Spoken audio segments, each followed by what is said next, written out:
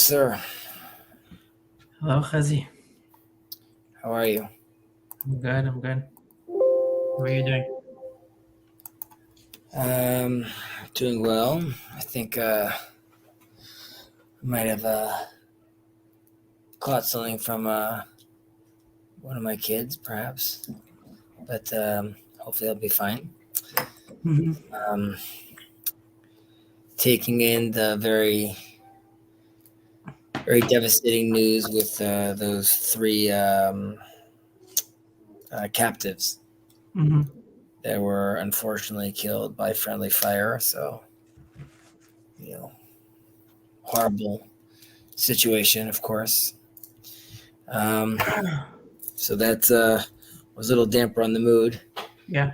Not that the mood was so great, but yeah, it's obviously another hit to the gut. So that's a little difficult, but thank God, aside from that, things are going well. Well, that's good to hear that. At least, yeah, there's some things that are. I'm sorry? It's hard, yeah. It's hard. Yeah, I've been listening to those things. It's kind of like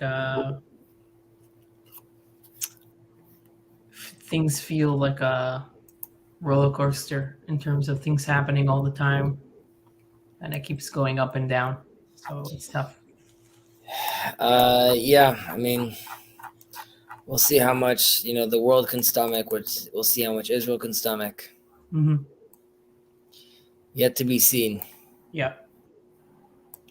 But hopefully we'll go over, and we'll come out strengthened from this. I mean, it's very important. I also think for the country. I mean, on many levels, but just on the basic level of, let's say, the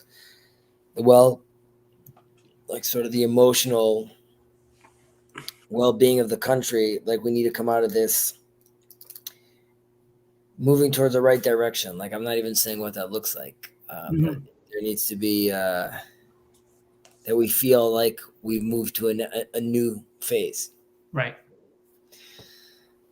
We'll see. That there's momentum for something. All right. Where are we? On number 12? No, we did. I think we did that. We did 12. Yeah, we spoke about the different sequences between friend, rabbi, and teacher. Friend, rabbi. 1 second. Your teacher and your friend and your teacher / rabbi, like your relationship with God. We clarified that we're not saying that we should see the rabbi like God. We did mention how many times these things sort of switch off. Like, a friend is in certain ways like a rabbi, and like a rabbi is in a certain ways also like a friend. And obviously we went a little deeper into that as well. Yeah. So number 13. Rabbi Yehuda Omer, Have Zahir B'Talmud, Sheshgagat Talmud Ola Zadon. Oh yeah, okay. Rabbi Shimon Omer, Shlosha Ktarin hen, Keter Torah, V'Keter Kehuna, V'Keter Malchut, V'Keter Shem Tov Ole Al Gavehen. Rabbi Judah would say, be careful with your studies, for an error of learning is tantamount to willful transgression. Rabbi Shimon would say, there are 3 crowns: the crown of Torah, the crown of priesthood, and the crown of sovereignty. But the crown of a good name surmounts them all. Okay, so we have nice lines over here. Here, the Rabbi Yehuda here, I believe, is not Rav Yehuda Nasi, Rav Judah the Prince that we've spoken about like in the past. Here you're most probably talking about Rav Yehuda, which is Ben Eli, a student of Rabbi Akiva. And he was also, we mentioned in the past, the other study center named Usha. So he was very involved there. I believe he was also like more politically involved with things, like not only politically within the Torah center, but rather just with the people around up north as well. he was known to be the teacher of the Nasi'im, the president. So he was also, as we always say, he was brilliant. He had many students, but many of them have their own unique elements to them. Right. So he was like a tutor, like a mentor for the Nasim. So like the high society of the Jewish. So we say that we should be careful with your studies, for an error in learning is tantamount to willful transgression. So, being careful in your studies. So this is fairly clear, which would be like, well, I would say seemingly it seems clear would mean be careful with your general studies, but really we're talking about to the conclusions you get to, and recognizing that you're speaking to others, and you could be confusing others as well. Right? It's not just you, as we've mentioned many times in the past, how chachamim yazeirim b'divrehem, right, and how we're listening to. So there are interpretations that say that this is be cognizant about remembering what you learn, right? Like, don't just be reading stuff and let it come in one ear and coming out the other. Rather, actually make sure you're understanding what you're learning.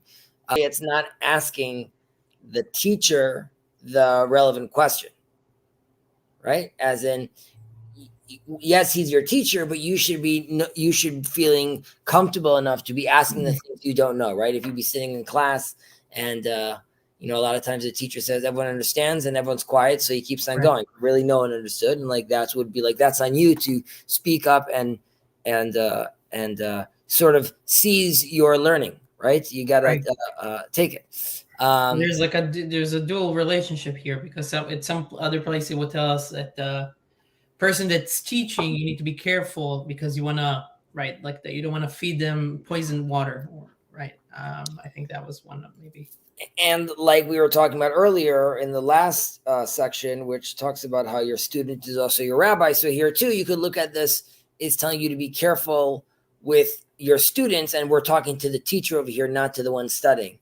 Rather, we're telling him, don't read this as Talmud, as in read it as Talmid, and be aware that like what you're teaching, also, you got to be very careful with that as well. And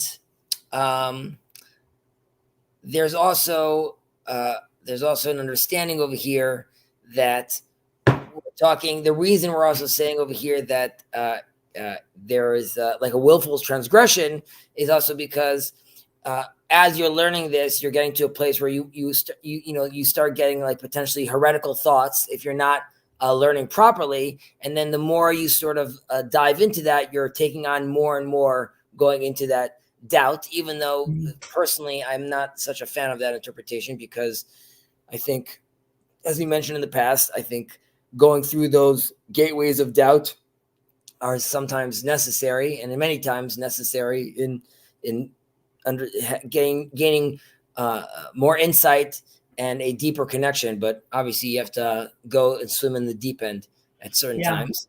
It reminds me, so it's like, it seems to me this is like, I mean, you're putting yourself, when you're studying Torah, you should be aware that it has a lot of power, right? So it can go both ways, which is why you should pay a lot of attention. You should ask the right questions, because if you don't, you already put yourself in a position where you can be devastating if you don't do those things. It kind of reminds me of, I actually saw like some kind of video about like Jewish medical ethics and how they view like the fact that you, not necessarily that you're a doctor, but just that you know medicine or how to save people or to treat them.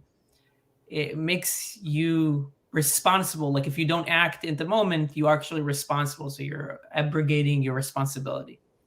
And actually it also reminds me that I'm involved in something where I'm going to have access to, I'm going to talk to children, right? So I'm going to have access to those children. And what was interesting to me, there was a law that was a part of like the orientation, was they told us that if we hear about something that the child is going through, some kind of like abuse or anything like that, then if I don't report it, then I can be responsible for, like I can be also charged with something, right?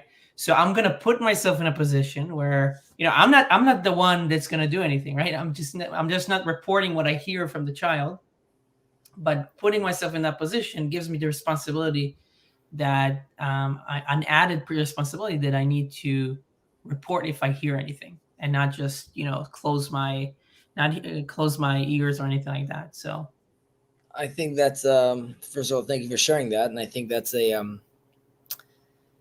that's very, very relevant. First, just specifically, we have obviously in the Torah it says al ta'amod al dal merecha, right? Don't stand on your brother's blood, but that means basically you don't be watching something horrible happening to something and do nothing. Or we have if you see someone's donkey can't fumbling and falling under their load, you have to go and not only help your friend but also help the donkey itself, right? So there definitely is a command for us to act and see, and Moses does that when he sees the Israelite and the Egyptian fighting, right? He must act. But specifically to what you were saying, yes, the fact that you are aware, it's sort of saying like, listen, if you're even being invited to this conversation, you're at some level of awareness. And because you're at this level of awareness and the responsibility is then, that you need to report something. So like what we're saying over here, which is why this is considered willful, is because in a certain sense, even though in some senses it's not true, but let's say in a certain sense it's true, the study of Mishnah and the study of the Bible, let's say scripture, is still less of like an intellectual like analysis, because it's more based on tradition. However, studying the Talmud is like demanding intellectual engagement, and if you are already playing with the intellectual engagement level on that level, then there's more responsibility. So even if it's accidental, it's still considered intentional, because you're stepping into you're playing with fire, so to speak. Right. So I think that was a very good example. All right. Then we move on to Rabbi Shimon.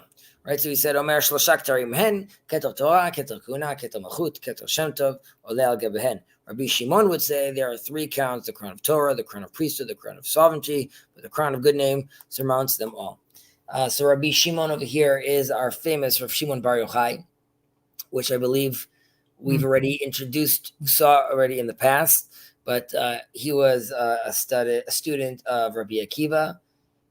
He's obviously very famous now and well revered, but there's a famous line that Rabbi Akiva told him that it should be enough for you, dai lecha, it should be enough for you that God and I know how great you are, right? Like, and he was sort of bringing like the people in the know. So like, don't worry about like anything else. Famously, he is the lead character of the Zohar.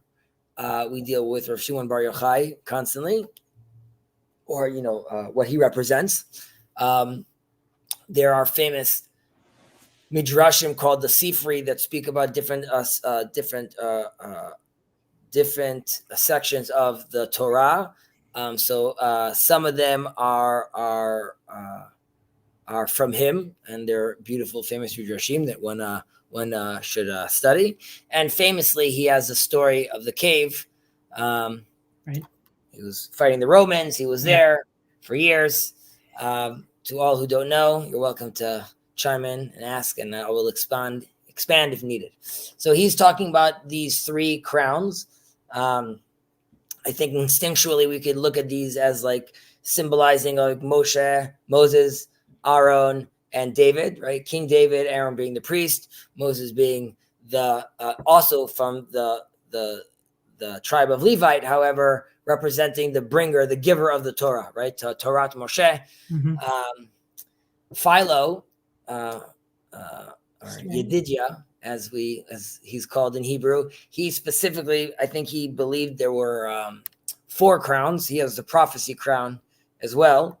I think that even makes it into like classical Jewish canon, but I'm not recalling right now off the top of my head. But there is a 4th crown. like the prophetic crown. Right. Even though we're saying that there's a Keter Shem Tov, right? So this would be like the 5th crown. Yeah. 4 plus 1. There's a lot of things that are like plus 1, right? Right, plus 1, exactly. 39, Va'im Pachot Echad is minus 1. Right.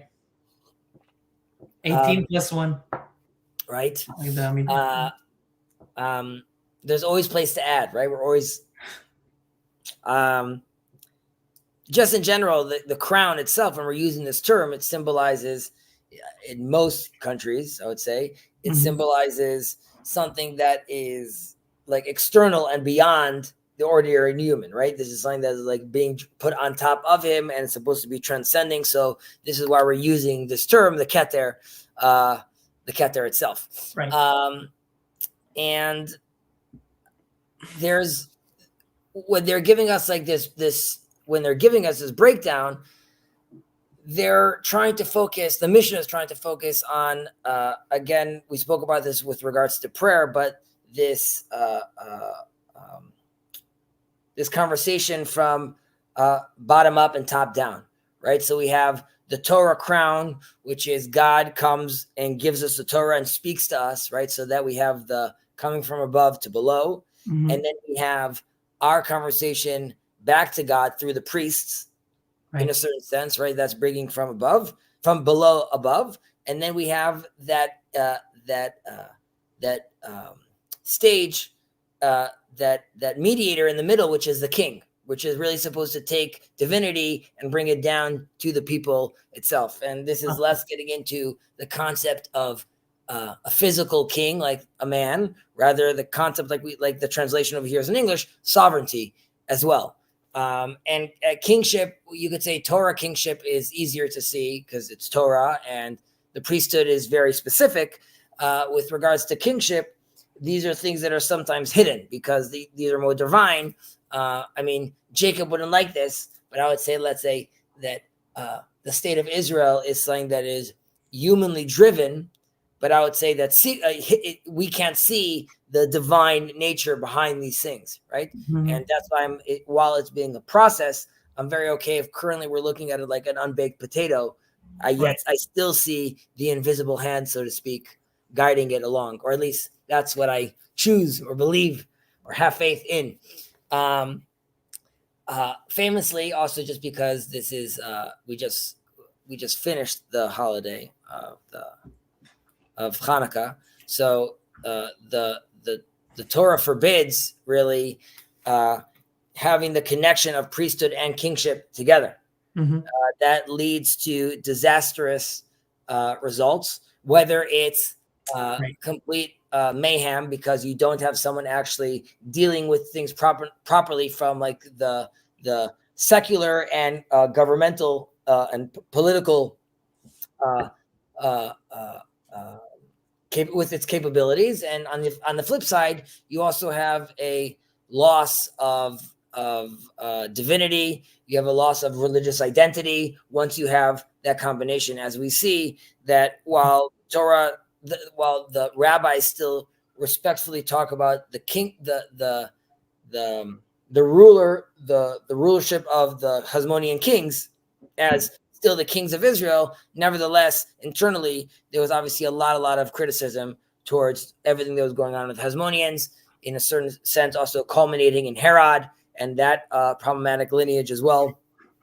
So here too, they're letting us know that there are these distinct crowns. However, it's also sort of a reminder that they're distinct in a certain way because we don't necessarily want intermingling between these two things. Right, separation of powers in a modern term. Right, and also because there's two that are more specific in a different sense, which is the kingship and the priesthood is something that's bestowed onto you or that you're born with. However, the crown of Torah is always for everyone's taking.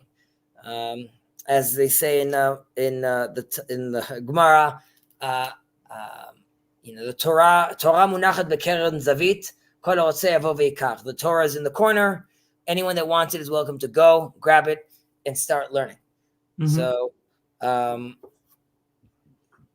while it's a crown in its own sense, it's also still available to everyone at all times. Right. And lastly, we have, but the crown of good name surmounts them all. So the Keter Shem Tov is more important than all these things. We also here, in a certain sense, echoes to Derech Eretz Kadma Torah, right? Like the good name, the way of the land, acting properly, being moral in a certain sense is a prerequisite sort of for the other three, right? So whether Derech Eretz Kadma Torah in the sense of like you need those moral undergirding basics first. Here too, if we're even going to be talking about you being a king or you being a priest or you being a Torah scholar, you're going to first have to be a mensch, right? You're going to have and to be a mensch, you're going to be recognized as such if you're actually acting in that manner. Right. Yeah. Because when you see people that are show themselves to be, let's say Torah scholars, and obviously this is like this is a real struggle I think that all religions have, like that you see the people that claim to be the Torah scholars, and then you see that they're not acting as mensches, if that's then there's a really big disruption in your own mind. And obviously that is a Chilul Hashem, like we spoke Chilul about. Hashem, right? It's like transgression, beyond correct? your mind. It's Chilul Hashem. So it's a big thing. And there too, it's sort of doubling down on if you're at that level, if you're playing the game at that level, if you're making mistakes, it's considered intentional. And there's another level to that, which is the way people perceive you, right? Yeah. Is also whether you could end up confusing them. The way them seeing you act that way is a desecration of God. So not recommended. Yep. Take notes, people. Write things down. There's a sense also where we could also look at the good name. If you're just a Joe Schmo, you're not even a Joe Schmo. You're Chezi Spiro. You're just a dude, right? But I'm not a priest. Well, I'm a Levite, but let's say I'm not a priest, and I don't see myself as a Torah scholar, and I am not a king, right? So I might have a good name, but I didn't really do anything so significant in my life necessarily. So it's not of great value that my name is good. It's important still, and like on my level, that's still important. However, you could say that for someone that takes on the role of kingship or of priesthood or of Torah at that level, right? Like we said, just like there's a high risk, high reward, right? If people are looking at you, but if you manage to come out of there with a good name, then that's the crown that's on top of all of those, because then like it shows that like this person, even though he could have let power corrupt him, or he could have been making up nonsense and then creating a desecration, or creating a travesty with regards to the priesthood or the monarchy. Nevertheless, here we see someone that's triumphant, and that's why their good name crown at that level is really what's the most impressive thing. Right. Just thinking about this also. In the Bible, we don't really even use the term crown. I'm trying to think where we even have the term keter, crown, when I say keter. I think just in the story of Esther. But I could be wrong. So if anyone's out there listening or could Google check if the crown is anywhere else, either way. Is there anything, because I mean, and this goes back, this is not something recent. This goes back when I learned this at school, but is there anything about like anointing kings in terms of in oil, which is, I don't know if that is related to crown. The term the Torah uses is nezer.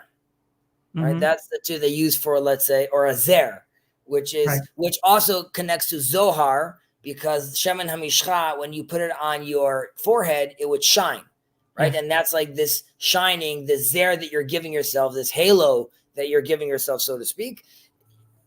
I was going to go a different direction, but just with regards to your saying, in theory, there is reason to believe that is that ceremony is already coming with Abraham in his theological suitcase from Haran, because there's evidence that already there were some of those moves happening at that time, but seemingly that comes through and gets appropriated through our tradition as as a way to really mark someone being the king. So like the prophets do that to King David and to other people, and they pour oil on their head, and this is to show that their head is glowing. This is the crown of divinity on top of their head.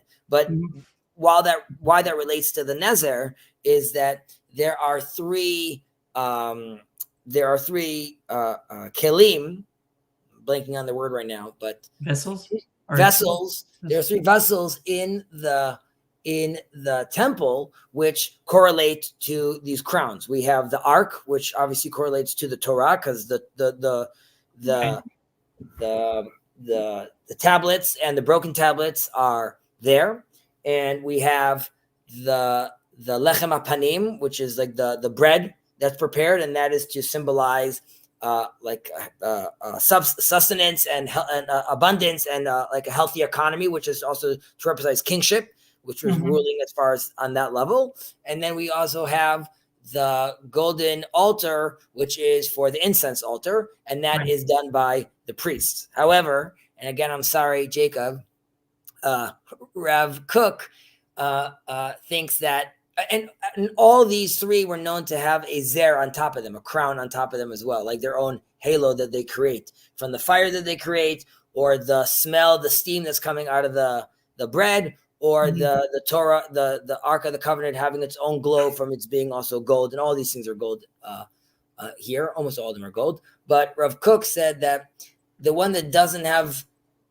it has its own light, inherent light into him, is the menorah, the candelabra, and that is not inside the Holy of Holies. Actually, it's further out, and that's for all the world to see. And that's in a certain way what Rav Kook says is like the hidden quality of Israel, which is that like in a certain way it even transcends the crown of Torah itself, which is really the relationship God has with us as a nation.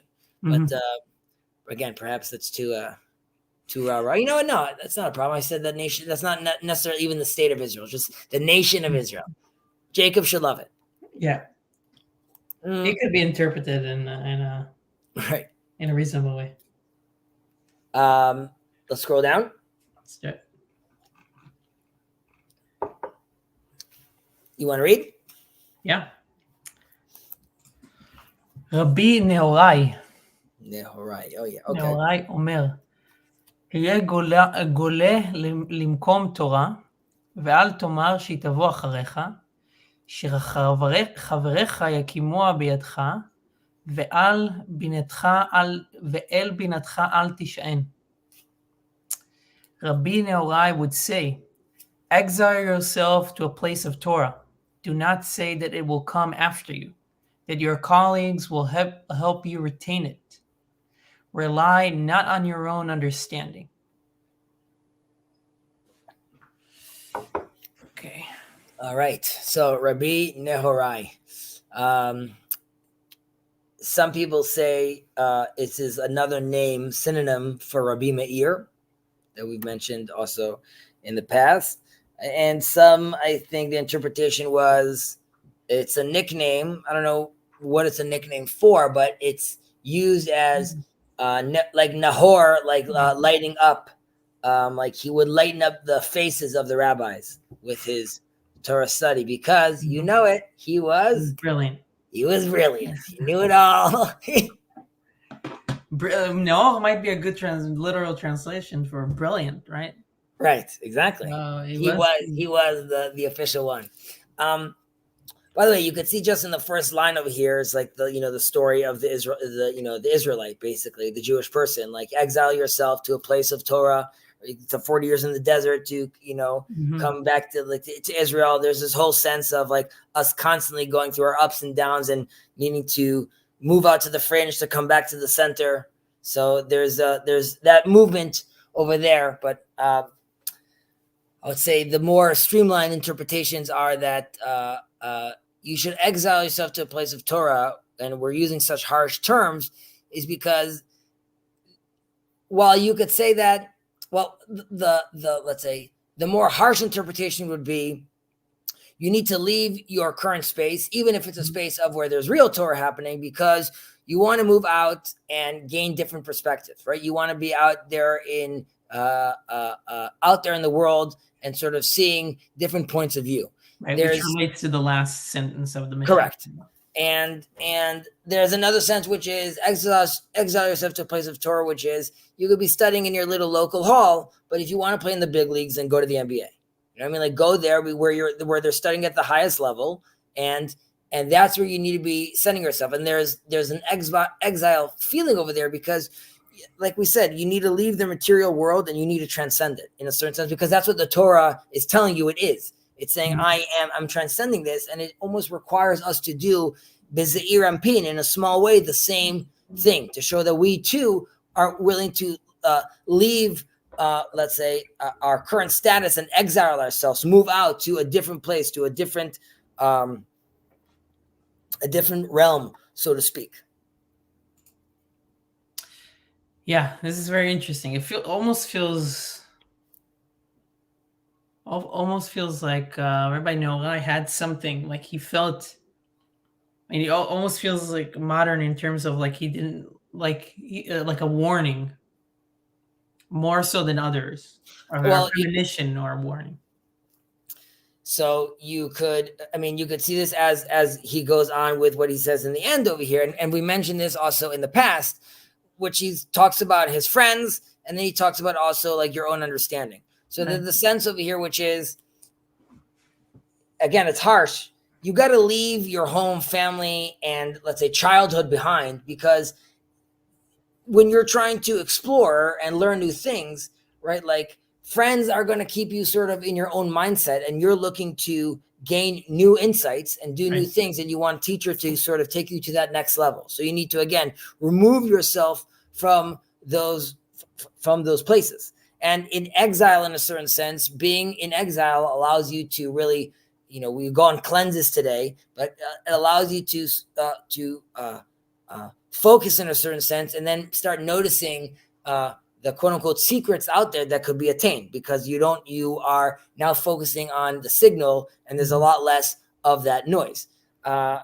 There's a sense also that they're talking about the friends over here, which is, don't assume that your friends they're going to study for you, and you could just lean on them and be like, whenever I need to know something that's worthy, I'm just going to speak to them. And then sort of, in a certain sense, allow yourself to be like the joker of, or the lazy one of the group, which just, sort of leans on the others. Rather, it's telling you, again, a call for action, both from exiling yourself and to take responsibility. No one's going to do the work for you yourself. You got to be, you got to clean your room, as Jordan Peterson likes to say, which culminates in what I think is the last statement over here: rely not on your own understanding, right? So get out of the echo chambers. Don't assume you could comprehend everything yourself. Even if you are in a place of true Torah, we spoke about this earlier, and you are very brilliant, you should still be collaborating with others, right? We spoke about that the one judge, even if he could judge alone, he should still not judge alone. While there's other levels of risk that he's exposing himself to, that he wants to safeguard himself to, still, in a certain sense, don't assume you're gonna build your own intellectual palace and try to understand everything by yourself, right? Again, you want to establish new ideas, and the word binah is to lahavin davar metoch davar, right? To understand something from within itself. Now, that's a great talent. However, if you're only by yourself, and this sort of alludes to the echo chamber, at a certain point, you've wasted your wells, right? Like, you're understanding things from within your own little loop, and you need new insights to try to now crack open and now actually understand. So again, it's, don't assume you could do this all on yourself, or don't lean on your own intellectual capabilities. Right. And Al tomar she'tavo achrecha, like, do not say that it will come after you. So you exile yourself to a place of Torah. What does it mean that do not say they will come after you? Like what are you supposed to do? That relates to the interpretations that go along with saying that you could even be in a place where there's real Torah right now, but still exile yourself, or you yourself could know Torah. Don't assume that you'll become the center, right? You'll become Usha, you'll become Yavne. People are just going to come to you and flock. Rather, even if you are LeBron James, like we said, if you're on the NBA, if you're just playing on the streets, it's not going to be the same level if you're playing with the rest of your colleagues. And they're not going. And the NBA, even if LeBron James leaves, is not all moving to where he's moving to. Right. At the end of the day, Cleveland could rise and fall. There's a franchise. So like it's telling you that like on that level, don't assume it's going to come after you, and or on the flip side that your colleagues will retain it. If you're not the one that they're going to come after, and they're going to come after your friends, let's say they're the big deal. At that point, don't assume that either. Don't rely on them. Right. So this is a lot about being proactive. Correct. Proactive in moving, proactive in bringing something into it, proactive in bringing like corresponding with Torah and not just anticipating that it will give you all the insights that you need without your own understanding, but then also understanding that your own understanding is not enough. Sorry about that. But yeah, so. I mean, we speak about this often, but this is the pattern of our religion in a certain sense, which is very much this embodied practice from the moment you wake up till the moment you go to sleep. And it's constantly like compounding in a certain sense, which is like, remember that you need to be studying while you're walking. You should be studying. And when you have a moment to think, which is not walking and not thinking about studying, you should exile yourself to a place of study where you could focus on the studying. Now, there's always these little caveats, which is the crown of a good name. These are the prerequisites, right? Like the person that did this really studied for 40 years, right? Rabbi Akiva was wise enough to understand if I look at water and I see a drip on a rock and eventually make a hole inside, I can realize from this that, you know what, maybe I need to study a lot more. Maybe there's a lot more that could change in me, even though I'm like 40 years old. And there's recognizing that at all times you should be looking at the world and engaging with the world at this level. And even like we said, when you wake up in the middle of the night, don't doom scroll. That's the time to do X level of introspection. Yeah. Arguably, we would say that the watching The Crown with your wife, right, is again in a certain act also doing Torah, right? Because that is securing and developing and nurturing your relationship, which is a good value, right? Yada yada yada. All right. Next.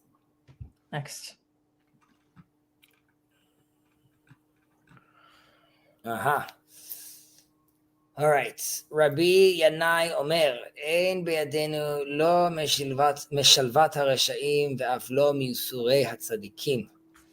רבי מתיה בן חרש אומר, הווה מקדים בשלום כל אדם, והווה זנב לאריות, ואל תהי ראש לשועלים. Rabbi Yanai would say, we have no comprehension of the tranquility of wicked, nor the suffering of the righteous. Rabbi Mattia, the son of Harash, would say, be first to greet every man, be a tail to the lions, rather than the head to the foxes. That's a very, very famous line. Rabbi Yanai with this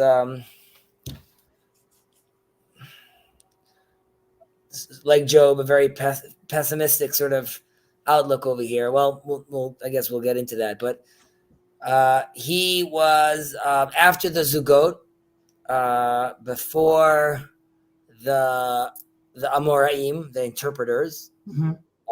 He was a young student of Judah the Prince, not Judah ben Eli that we mentioned earlier.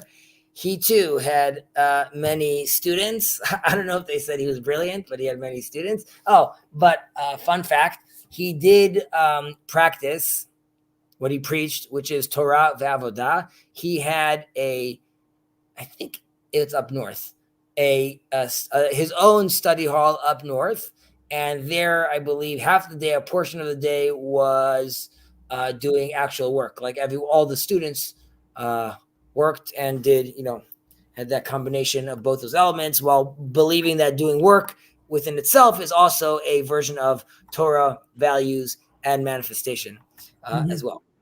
So, so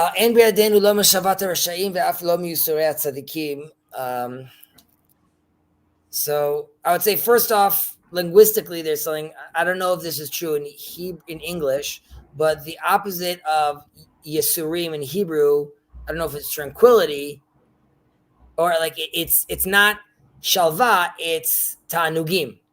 Right. And the sense is, the reason, what I was saying in Hebrew was that suffering, the opposite of suffering, here it says tranquility, which is more like peace, and not necessarily like more than peace, like a joyous like occasion. Peace is sort of more like that middle level in a certain sense, or it's being content. And the reason I think, or as also some have interpreted, but I resonate with this, is that it's telling you that yes, you're going to see the wicked prosper, so to speak, or be tranquil. However, that's all they get to. It's not more than that. So for them, in a certain sense, it seems like they have this peace, but they're not really getting to that level of tanugim. They're not really getting that real reward at the end of the day. But using the term over here, lo biyadenu, and we don't have the comprehension, it's saying we really can't understand these elements. And it's sort of telling us that no one has a fully horrible life or a fully amazing life necessarily. Everyone is always sort of in the middle. And it's the outlook should be that, assume you're in the middle, and that's why your actions carry a tremendous amount of weight, right? You could tip it towards the right, you could tip it towards the bad, as we talked about also before, the days of awe that come to us in our Jewish holidays. But either way, again, this is fairly pessimistic sort of outlook. It's not really giving us an answer. It's more telling us that, like, you're going to see this is going to happen, and you're not going to be able to fathom or really comprehend what's happening over here. And that's why try to, in a certain sense, accept it and accept your position in this seemingly unfortunate turn of reality when we see how it presents itself. Questions on that, or that sounds good? No, I think you're depressed enough. I'm depressed. Yeah, that's it. You got me. I just heard. No, I don't think I remember this enough, but I'll just mention it. But there was something about. I just heard somebody say, maybe this is somewhere in the prayer, we say about, like, don't. Al titen oti leisurim rabim, or don't hand me into a lot of suffering. And it's important that we say surim rabim, like a lot of suffering, or because we understand that some suffering might be something that we will. It's a feature. It's not a bug. But we hope that it's not going to be a lot. Correct. We hope it won't be a lot, and then we have to also differentiate between how much of that is our own doing, right? Right. Like, I think that how much. And we spoke about this, about paying it forward, and like, what our intentions and what our actions and what our words bring, and the obviously the Mishnah and the rabbis are being very sensitive to this and telling us how careful you need to be with your words because of these things. And yeah, I agree. Rav Matya ben Charash says, so he's actually an interesting character. He was in Yavne for a while. There was a time where he wanted to leave after the devastating loss in the Bar Kokhba revolt. he decided to leave Israel. But when I think he gets to the shore, or he gets to the boat and he starts crying. He says, "I can't leave." However, he does eventually leave. He goes to Rome, and there he's known as a brilliant rabbi, and rabbis should go to him. They say it's worth it to go to Rome, even though Israel has its tensions with Rome. It's worth it to go, to Rome to go study with him. And even Rav Shimon Bar Yochai, which we mentioned also a few sections ago, he too, when he emerges from the cave and goes to Rome to pray for Israel's behalf on certain issues that they're dealing with, and he would meet with him, and they would first have a strategic session of how to go about the Roman debates, I guess. Mm-hmm. He would give him his prep.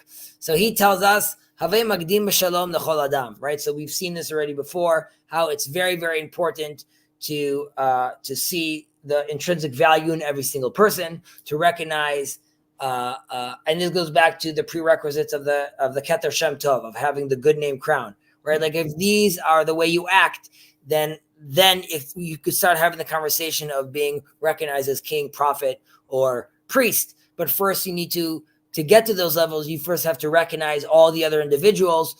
Ve'ahavta l'recha kamocha, right? Love your neighbor like yourself. Yeah. All the way to God, like we mentioned in the past, Moses saying that I see God's face like I see my fellow man, right? That's where you could see the true image of God inside. Yeah, and it's almost like this actually reminds me of something that I was studying yesterday, like some Maimar. I don't know what a translation for Maimar of the Rebbe. It's too like I don't know what, like just Maimar, a lecture of the Rebbe or something. But he walks through this pattern of. I'm listening. I'm looking for Maimar as well. Yeah, no. So he walks through this pattern he gives a few examples for a pattern, right? You have, for example, the rabbis before maybe you start teaching anything, or really on any other subject. Maybe you might start with something a little bit. Well, you start with small talk, but you might start with a little levity, a little joke, and in some way that kind of opens up the crowd, opens up the person to accept to be more inclined to learn, and to go into this kind of like a more intellectual effort. So I can also see that in terms of when you are the first to greet every person, when you're a nice to a person, that person is much more inclined to accept the yoke of your authority in some way. And we kind of spoke about it before about justice. Like you actually in order to enact justice, you actually need people that will accept the justice upon them. Like there's only a certain extent where you can actually, be forceful enough, but people also need to accept the game, right? So it's very helpful to engage with these things. I couldn't agree more. And we've mentioned in the past how we were talking about one needs to be mindful about not, we spoke about how there's being, what was the word in English, but there's sort of laughter, and then there's sort of focusing or stressing the levity of the situation and the humorous of this, or sort of being like the comic relief constantly. And there we spoke about how doing that constantly creates sort of chaos. Mm-hmm. However, right. A certain amount of that at the beginning of, let's say, an article or a conversation allows us, like that kind of laughter allows us to move from a place of where seemingly there isn't answers, and going into a place where laughter, where limits could be pushed, right? It allows you sort of to go into this new space where you're more open to ideas and more welcoming, again, if it's oriented and contained properly. So, right. So too, a hello, right, to someone and saying it first, you've already opened up this new realm, which is already quote unquote safe space, right? Mm-hmm. Like it's not, Jordan Peterson talks about how when you go into a room right? Like if there's another man over there, like at some point you're also thinking, if I need to, can I beat this person, right? So there's another sense where you're sort of taming that nature part of you, and you want to bring in, like, I'm not looking at the beast that I know I could also be, rather I'm looking at the man inside, which I know I am also. And that level of conversation is a lot less fighting and a lot more welcoming. Yeah. So we then have this famous line, I've heard in the past that this is happening, and we've seen this in other sections of the Pirkei Avot, that this is, in a certain sense, a silent conversation going on with the rest of the world. And here we see, at this time, Julius Caesar is famously saying, I'd rather be the king of, like, the village in Gaul than the second in Rome at that time. There was someone like, I think, I can't remember who, but there was someone in charge of him. And there was, like, a certain sense that here we see sort of the take that this is the take that the Jewish people have, which is, no, you rather be the tail, right? You rather be the second in command if it's someone worthy to follow, and not be the king of Gaul necessarily. So it's always interesting that you have this conversation going over here. But as far as this specific example, right? So you could see that the Mishnah or the rabbi is focusing specifically on a category and a specific part, right? The difference between, which is he's emphasizing the category. Category being the animal, or what do you mean? Correct. Yeah. And not the part, right? You would think, like, no, it's all about being the head, or it's all about being the tail. And he's saying, no, it's about being part of the right leadership, being part of the right grouping, right? Which is, you could look at